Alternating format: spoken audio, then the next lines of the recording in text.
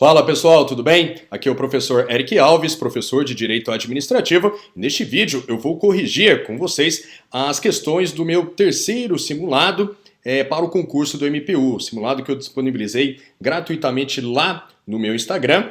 Para quem não pôde participar, estou deixando aqui na descrição do vídeo também o link para você poder acessar essas questões, caso você queira resolvê-las antes de assistir aqui a nossa correção. Beleza, pessoal? Então, quem ainda não me segue lá no Instagram, aproveita para seguir, @prof.ericalves, que eu sempre coloco lá conteúdos, dicas de direito administrativo, simulados para vocês. Beleza? Então, vem comigo para a tela para a gente corrigir essas questões.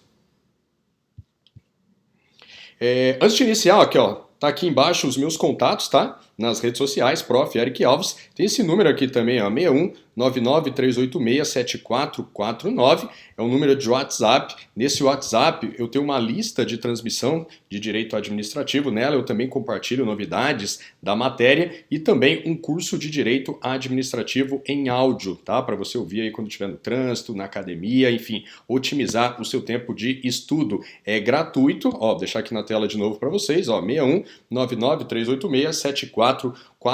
Se esse número aqui não der certo, tenta o 7450, beleza? Só adicionar esse número aqui no seu celular, depois me mande uma mensagem, aguarde alguns dias, porque é todo um processo manual para você entrar na minha lista e receber esse material. Agora sim, vamos iniciar a nossa correção.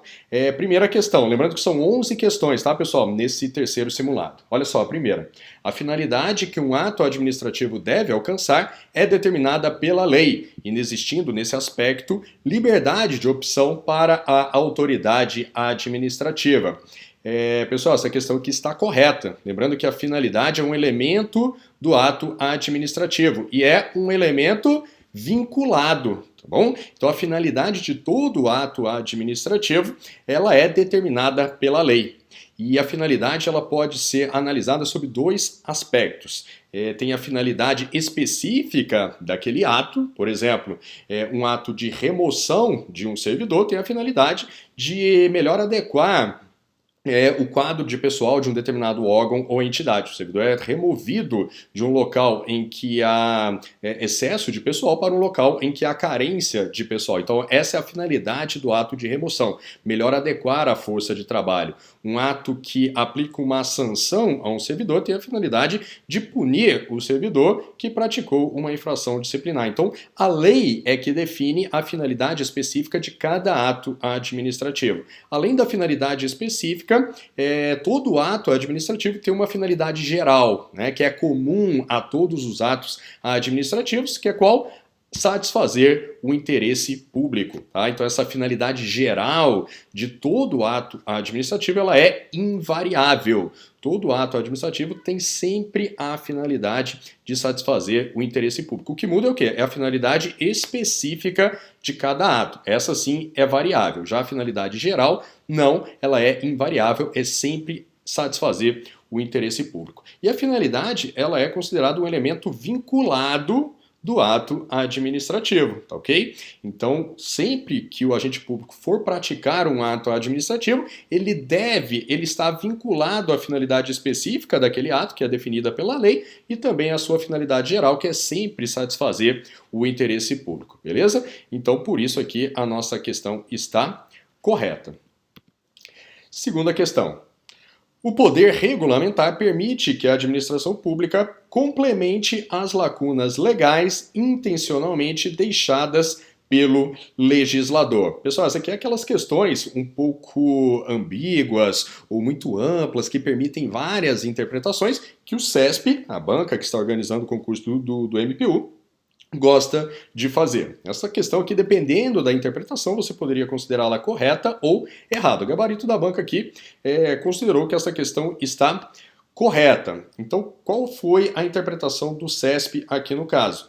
Poder regulamentar é aquele que permite ao chefe do Poder Executivo, né, editar decretos para regulamentar as leis. Então, quando a banca coloca aqui, ó, lacunas legais intencionalmente deixadas pelo legislador, que o CESP está querendo dizer? Ó, o legislador ele vai lá, elabora uma lei e dentro dessa lei ele dá espaço para que o Poder Executivo depois venha e edite um decreto para regulamentar determinado aspecto dessa lei. Isso é muito comum. Aí o chefe do Poder Executivo ele vai editar um decreto de execução ou decreto regulamentar para complementar aquela lacuna que foi intencionalmente deixada pelo legislador. Lembrando que sempre que o legislador ele deixa esses espaços para regulamentação, ele também determina os limites dessa regulamentação, tá ok? Então, esse complemento que o poder regulamentar vai fazer, ele é sempre limitado. Okay? O chefe do Poder Executivo, a administração pública, quando for complementar essa lacuna, ela não pode extrapolar aqueles limites que a lei colocou. Beleza, pessoal? Então aqui a questão está correta também. Aqui a dúvida que fica é a seguinte, né? Porque quando a banca fala poder regulamentar e a administração pública, vem sempre aquela dúvida. Ora, o poder regulamentar, o que a doutrina majoritária nos ensina? Que o poder regulamentar ele é exclusivo do chefe do Poder Executivo. O poder regulamentar é aquele que permite ao chefe do Poder Executivo editar decretos de execução ou regulamentares, que são esses que nós comentamos aqui, ou decretos autônomos. Então esse poder regulamentar seria exclusivo do chefe do Poder Executivo. E o poder regulamentar seria uma espécie de um poder mais amplo, que seria chamado de poder normativo. Este sim que pertence a toda a administração pública. Então sempre que um agente, um órgão da administração pública, e não necessariamente apenas o chefe do Executivo, sempre que um órgão ou agente da administração pública editar um ato de natureza normativa, ele estaria exercendo o chamado poder normativo. Ok? Então, por exemplo, quando uma agência reguladora edita um regulamento, ela estaria exercendo o poder normativo e não regulamentar. Por quê? Porque ela não é o chefe do Poder Executivo. O poder regulamentar seria exclusivo do chefe do Poder Executivo. Tem esse entendimento que é majoritário, podemos dizer que ele é até mais clássico, mas o CESP, pessoal, tá? Ultimamente ele não vem entendendo assim, tá? O CESP ele vem entendendo que poder regulamentar é sinônimo de poder normativo. Tá? Então tem que ter muito cuidado aí nas questões do CESP sobre este tema, tá? E procurar entender ali como que a banca está colocando essa questão ali na prova para vocês, tá? Mas assim, por exemplo, nessa questão que a gente acabou de analisar, não foi feita essa diferenciação. O CESP ele considerou o poder regulamentar como sinônimo de poder normativo. E eu acho que, como regra, é esse entendimento que vocês têm que levar aí para a prova do MPU. Beleza, pessoal? Vem para a tela. Vamos prosseguir aqui para a terceira questão, lembrando que são 11 questões. Olha só, José, chefe do setor de recursos humanos de determinado órgão público, editou um ato disciplinando as regras para a participação de servidores em concurso de promoção. A respeito dessa situação hipotética, julgue o item seguinte. A edição do referido ato é exemplo de exercício do poder regulamentar. Olha só, mais uma, pessoal. Ó, aqui nós temos um agente público, né, um servidor público, que era chefe do setor de recursos humanos, ou seja, não é um chefe do poder executivo, e ele editou um ato de natureza normativa, um ato que estava disciplinando regras para a participação de servidores em concurso de promoção. E aqui a questão está afirmando que a edição deste ato é exemplo do exercício do poder regulamentar. Olha aqui, ó, CESP considerou essa questão correta. Então, mais uma questão em que o CESP considerou que poder regulamentar seria sinônimo de poder normativo. Tá bom? Se você tivesse adotado aquele entendimento clássico de que o poder regulamentar seria privativo do chefe do Poder Executivo, essa questão aqui estaria errada, obviamente, porque o José, ele não é um chefe do Poder Executivo, ele é o chefe do setor de recursos humanos. Mas, mais uma vez, ó, aqui na tela, o CESP considerou a questão correta, ou seja, ele entendeu que poder regulamentar é sinônimo de poder normativo. Então é esse entendimento que, a meu ver, você deve levar para a prova aí do MPU. Óbvio, né, pessoal? O CESP é sempre uma incógnita, né? Então você tem que ler lá a sua questão com atenção, tá? Leve esse entendimento sim como regra, tá? Que poder regulamentar é sinônimo de normativo, mas sempre com o pé atrás, Beleza? Tenta ver ali se a questão não está mencionando o chefe do Poder Executivo, ou está dando a entender de alguma forma que naquela questão aí da sua prova, o CESP está cobrando o entendimento clássico. Beleza? Então tem que ter muito cuidado com o CESP aí nesse tipo de questão. Beleza? Vamos lá. Próxima questão, quarta questão. Questão de 2018. O fato de a advocacia pública no âmbito judicial defender ocupante de cargo comissionado pela prática de ato no exercício de suas atribuições amolda-se à teoria da representação.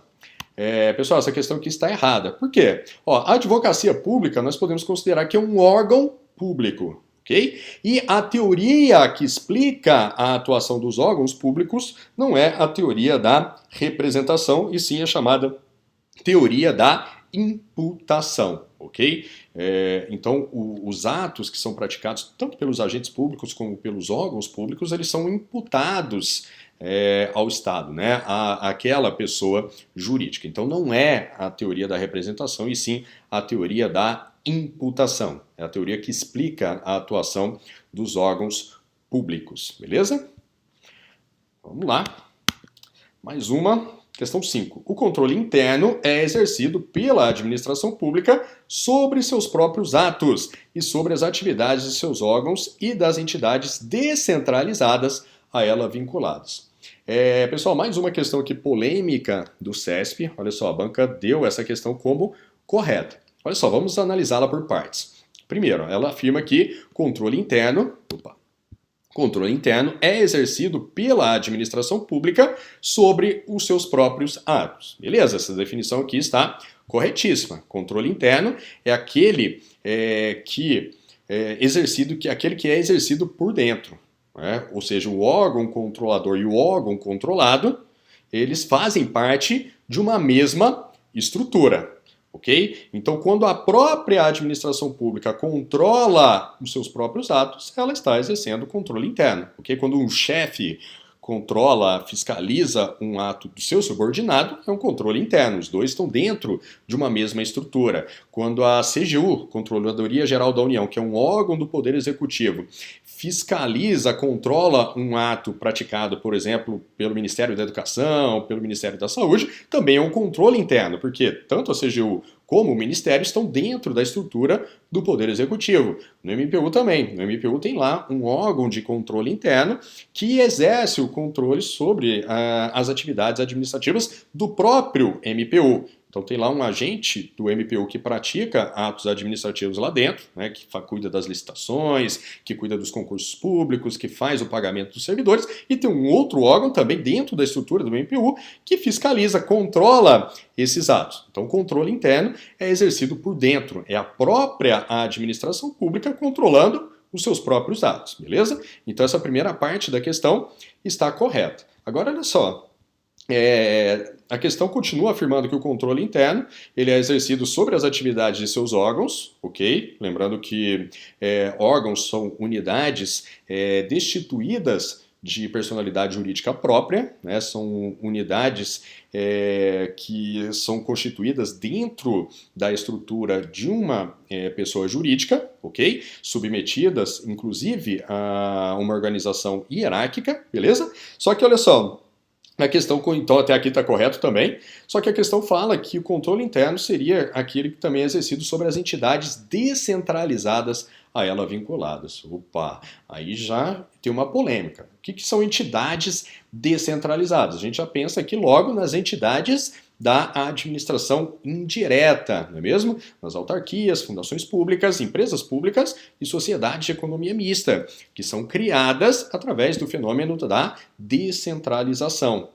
E a administração direta, ou seja, o ente que criou ou autorizou a criação daquela entidade da administração indireta, ele exerce um tipo de controle também sobre essa entidade. Okay? Então, quando a União, por exemplo, cria uma autarquia, a União cria de fato uma unidade autônoma, né, uma entidade autônoma, essa autarquia com personalidade jurídica própria para exercer lá a sua determinada atividade com autonomia, com autonomia administrativa, financeira, enfim, mas a União ainda exerce um determinado controle sobre essa autarquia. Esse controle é chamado de supervisão ministerial, né, de tutela, controle finalístico. Não há uma hierarquia entre a União, entre o ente político e as entidades da administração indireta. Não há hierarquia. Há sim o quê? Uma vinculação que serve apenas para que esse controle finalístico seja exercido. O controle finalístico serve para quê? Só para ver se aquela entidade que foi criada para uma determinada finalidade específica não está exercendo uma outra finalidade, né? Não está se desviando daqueles fins para os quais ela foi constituída, tá bom? Como não há uma hierarquia entre o ente político e a entidade da administração indireta, entende-se, né, esse é o entendimento majoritário, entende-se que eles não fazem parte de uma mesma estrutura. Né? Não estão dentro de uma mesma estrutura hierárquica. Então esse controle finalístico que é exercido pelo Ministério, pela administração direta sobre a administração indireta, não seria controle interno, porque, novamente, o ente político e a entidade da administração indireta não fazem parte de uma mesma estrutura hierárquica, ok? A doutrina majoritária entende que seria um caso de controle externo, ok? Um controle que é feito por alguém que está de fora daquela estrutura. Então, quando uma autarquia, uma empresa pública, uma sociedade de economia mista, ela sofre uma supervisão ministerial, sofre um controle finalístico por parte da administração direta, a doutrina majoritária entende que isso seria uma espécie de controle externo, ok? Tem até alguns doutrinadores, como Celso Antônio Bandeira de Mello, que entende que seria um controle externo, interno, algo meio assim que fica no limbo, tá? Mas a doutrina majoritária entende que é um controle externo. Tem alguns posicionamentos que entendem que não. Opa, seria controle interno. Por quê? Porque tanto o ministério como a entidade fariam parte de um mesmo poder.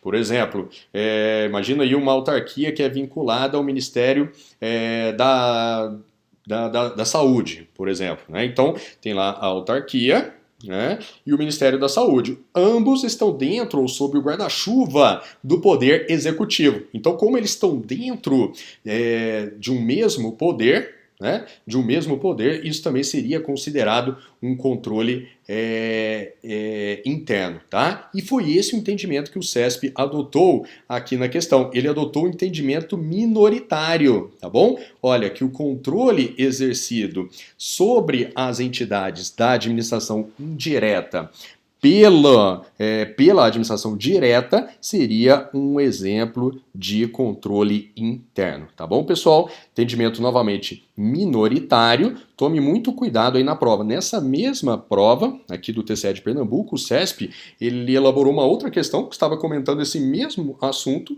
e que ele anulou. O gabarito preliminar deu que esse tipo de controle seria externo. Então o CESP ele adotou posicionamentos divergentes dentro de uma mesma prova. Tá? Assim, a meu ver, o mais correto seria considerar que é controle externo. Tá? Esse posicionamento aqui do CESP dessa questão, a meu ver, não é o mais correto. Mas enfim, novamente aqui vocês têm que tomar cuidado, ler com bastante atenção a questão de prova para resolver o que vocês vão marcar aí na prova de vocês, tá bom? Só um minutinho.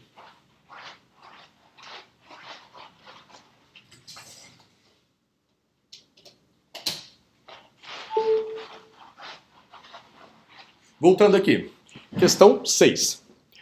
O controle judicial dos atos administrativos discricionários restringe-se ao aspecto da legalidade, estando, portanto, impedido o Poder Judiciário de apreciar motivação declinada expressamente pela autoridade administrativa.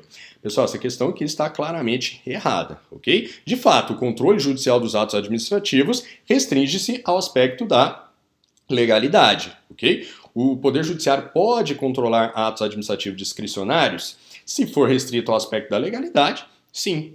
né? Não é porque um ato é discricionário que ele é imune ao controle judicial. Não, um ato discricionário, para ser praticado, ele deve observar a lei, ele deve observar os limites da lei, ele também deve observar os princípios da administração pública, tá ok? Então, o Poder Judiciário pode sim controlar atos discricionários, sob o aspecto da legalidade. O que o Poder Judiciário não faz é o quê? Apreciar o mérito dos atos discricionários. Tá ok? Então aqui, ó, essa primeira parte da questão está correta. Só que olha aqui, ó, a questão continua dizendo que o Poder Judiciário ele fica impedido de apreciar motivação declinada expressamente pela autoridade administrativa. Errado isso aqui, ó. Motivação, pessoal, faz parte do elemento forma do ato administrativo. O que é a motivação? É expressar, tornar explícitos, tornar conhecidos os motivos que levaram a administração pública a praticar determinado ato administrativo.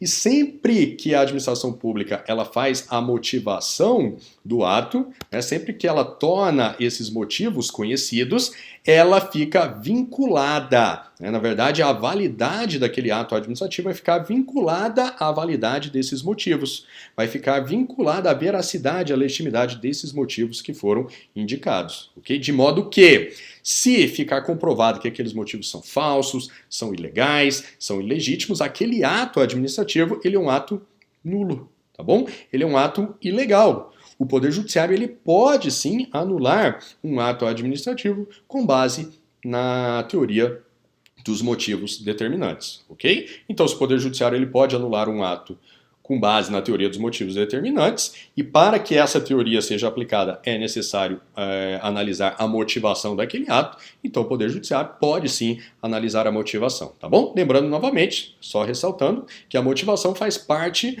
do elemento forma dos atos administrativos, tá? E o elemento forma, como regra, é sim um elemento vinculado, beleza? Vamos lá, prosseguindo. Próxima questão, questão 7.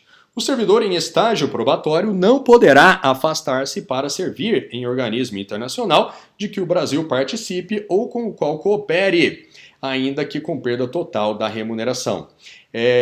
Pessoal, essa questão aqui é baseada na Lei 812, beleza? Falando sobre estágio probatório. A gente sabe que o servidor em estágio probatório ele não pode gozar algumas licenças e afastamentos. Então é importante que vocês guardem isso. Tá? E eu trouxe essa tabelinha aqui só para vocês saberem. Ó, o servidor em estágio probatório, o servidor submetido à Lei 812, né, o servidor público federal, ele não tem direito a licença capacitação, licença para tratar de assuntos particulares, licença para o desempenho de mandato classista e afastamento para participar de pós-graduação. Tá? Ele só não tem direito a essas licenças e esses afastamentos. Todas as demais licenças e afastamentos previstos na Lei 8.112 podem ser gozados sim pelo servidor em estágio, tá bom? Então, como o número de licenças e afastamentos que ele não tem direito é menor do que aquelas licenças e afastamentos a que ele tem direito, é melhor que você decore, guarde aquelas que ele não tem direito. São apenas essas 4, beleza? E dentre elas não está um afastamento para servir em organismo internacional, ok? Então o servidor em estágio probatório, ele pode sim, ok? Pode sim afastar-se para servir em organismo internacional de que o Brasil participe, beleza? Esse afastamento não está nessa listinha aqui, por isso a questão está errada. Próxima questão. No curso de uma licitação, é vedado alterar os critérios e as exigências fixadas no instrumento convocatório. Se não me engano, essa questão até estava num simulado anterior nosso aqui. É mais uma dessas questões polêmicas do CESP, né, uma questão que admite dupla interpretação. Nessa prova, ó, o CESP deu a questão como correta, ou seja, não poderia alterar os critérios e as exigências fixadas no instrumento convocatório. O instrumento convocatório é o quê? O edital da licitação. E é claro, né, o edital é considerado a lei interna da licitação. Você não pode mudar as regras do jogo depois que o jogo já começou. Beleza? Então foi esse o entendimento que o CESP adotou aqui para considerar a questão correta. Mas lembrando que a lei 8.666, ela permite sim que o edital seja modificado desde que esse edital seja republicado e os prazos sejam reabertos, ok? Então meio que começa tudo novamente. ok? Principalmente, essencialmente, se for uma alteração que vá afetar de alguma forma a formulação das propostas pelos licitantes. Beleza? Se for só uma alteração, uma modificação insignificante, algum erro de digitação, por exemplo, aí obviamente não precisa republicar o edital e reabrir os prazos, beleza? Agora, se for uma mudança de critério, por exemplo, de julgamento das propostas, ou um requisito a mais de habilitação, ou seja, algo que realmente vá afetar a formulação das propostas pelos licitantes, se a administração for fazer esse tipo de alteração, o que ela tem que fazer? Ela republica o edital e reabre os prazos, ou seja, começa tudo novamente, beleza? Então, cuidado também, mais uma questão dessas de interpretação do CESP. Próxima. Atendendo à solicitação da equipe médica, a administração de um hospital público nomeou um pregoeiro e uma equipe de apoio para licitar, por pregão, a aquisição de portas e divisórias com isolamento acústico, garantindo-se assim maior privacidade nas consultas. Considerando essa situação hipotética, julgue o item que se segue a respeito da aquisição desses acessórios. Vamos lá. Diferentemente das condições para nomeação dos membros de uma comissão de licitações, a legislação prevê capacitação específica para que o servidor possa atuar como pregoeiro. E boa essa questão, porque ela pega um detalhezinho lá da Lei 10.520, que é a lei do pregão. A questão está correta, desculpa, lá do decreto 3.555. Olha só, que diz o seguinte: a autoridade competente, esse decreto aqui está previsto, tá? No concurso do MPU. A autoridade competente, designada de acordo com as atribuições previstas, cabe, parágrafo único, somente poderá atuar como pregoeiro o servidor que tenha realizado capacitação específica para exercer a atribuição, tá bom? Por isso a questão está correta. Então, o agente público, o servidor, para atuar como pregoeiro de um determinado pregão, ele tem que realizar lá um curso de pregoeiro, uma capacitação específica para essa atividade. É diferente, por exemplo, para participar de uma comissão de licitação, que é realizada lá com base na Lei 8.666. A Lei 8.666 não prevê uma capacitação específica para que o servidor possa participar de uma comissão de licitação, beleza? Agora, para ser pregoeiro, não, tem que realizar lá primeiro, tem que ter o diplominha de pregoeiro, para aí sim poder ser designado para essa função, beleza? Próxima questão, questão 10, penúltima questão aqui do nosso simulado. A adjudicação do objeto de determinado pregão eletrônico concluído sem a apresentação de recursos de impugnação é responsabilidade da autoridade pública que tiver autorizado a realização do certame. Ó, pegadinha, essa questão aqui, ó, está errada.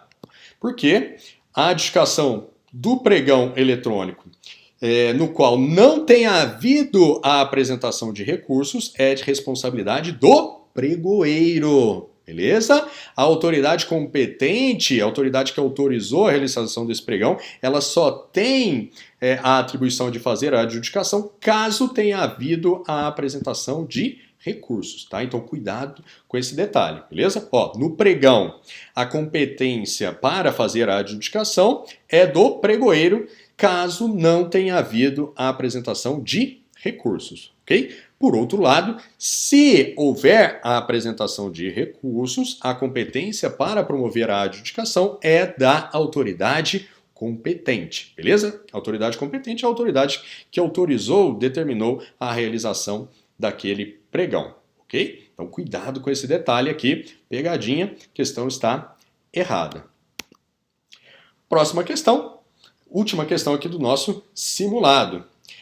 No âmbito da administração pública federal direta, autárquica e fundacional, fundos especiais, empresas públicas, sociedade, economia mista e demais entidades controladas, direta ou indiretamente pela União, as contratações de serviços e a aquisição de bens, quando efetuadas pelo Sistema de Registro de Preços, obedecerão ao disposto no Decreto 7892. Até aqui nada, né?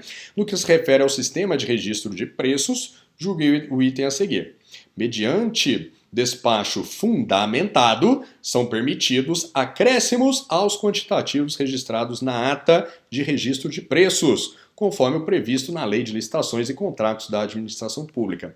Pessoal, aqui é aquelas questões em que a banca vai lá no detalhe do Detalhe, que ela pega o detalhe da literalidade da lei. Por isso que eu falo para vocês, eu sempre bato nessa tecla, que é muito importante que vocês também leiam as leis, tá? Não fique só no estudo teórico, não fique só na resolução de questões, não, tá? Leiam as leis, porque a banca, o CESP também cobra muita questão literal. E às vezes ele vai lá no detalhe. É importante então que você estude com atenção a literalidade. Olha só, aqui no caso a resposta está lá no artigo 12, parágrafo 1º do decreto 7892, que diz o seguinte: é vedado efetuar acréscimos nos quantitativos fixados pela ata de registro de preço, inclusive o acréscimo de que trata o parágrafo 1º do artigo 65. Lembra lá daquelas alterações unilaterais previstas lá na Lei 8.666, que pode, que tem até aquele limite de 25% como regra,